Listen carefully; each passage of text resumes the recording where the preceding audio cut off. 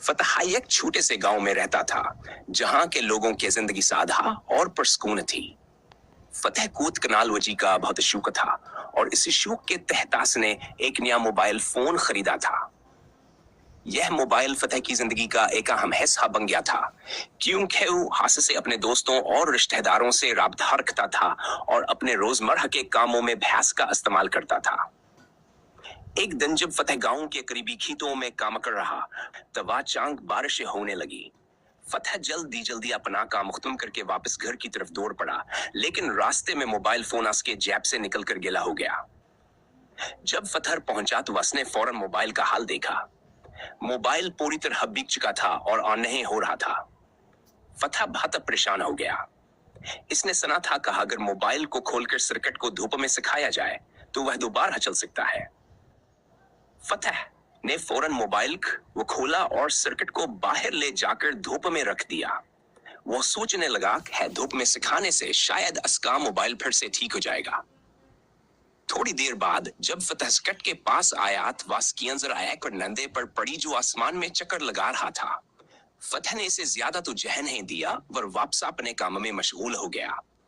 लेकिन अचानक पर नंदे नीचे आया और तेजी से फतह के मोबाइल के सर्किट को चोंच में पकड़कर अड़ गया। फतह के होश उड़ गए। इसने फौरन परिंदे का पीछा किया, लेकिन परिंदा हाथ नतीजे से उड़ा को हाथ कैंसर से उजल हो गया। फतह बहुत मायूस हुआ और सोचने लगा कि वो क्या करेगा। मोबाइल के बगैर वह अपने दोस्तों और कामों से कैसे राब्ता रखेगा। फतह ने गांव के बड़े बूढ़ों से मशवरा किया।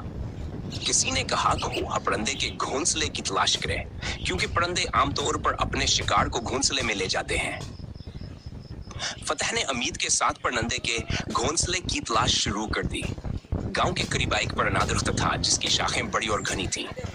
फतह ने सोचा कि शायद परिंदे का घोंसला इस दरख्त पर हो। वह दरख्त के पास पहुंचा और उसने एक शाख का मायना किया।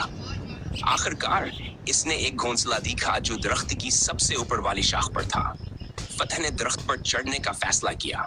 दरख्त पर चढ़ते हुए फतह को काफी सवारी हुई, लेकिन उसने हिम्मत ने हारी। जब वह घोंसले के करीब पहुंचा तो उसने देखा कि परिंदा अपने घोंसले में बैठा था। फतह ने धीरे से घोंसले के अंदर झांका और वहां उसका मोबाइल का सर्किट नजर आया। फतह की खुशी का कोई ठिकाना ना रहा। इसने धीरे से परिंदे को घोंसला छोड़ने दिया और सर्किट को निकाल लिया। फतह दरख्त से नीचे उतर आया और घर वापस आ गया। इसने सर्किट को दोबारा धूप में सिखाया और फिर मोबाइल को जोड़ा। हैरत अंगेज तौर पर मोबाइल दोबारा चलने लगा। फतह को यकीन नहीं आ रहा था कि हास की मेहनतावर सब्र ने इसे इसका मोबाइल वापस दिलवा दिया। इस वाक़े के बाद फतह ने सीखा कि कभी कभी मुश्किलात आती हैं, लेकिन अगर हम तावर हौसले से काम लिया जाए तो कोई भी मुश्किल हो सकती है। वह पर नद भी फतह के लिए एक सबक बन गया कि फितरत के साथ हम आगे रहना कितना जरूरी है। और यूं फतह का मोबाइल और इसकी जिंदगी दो बार हम अमूल पर आ।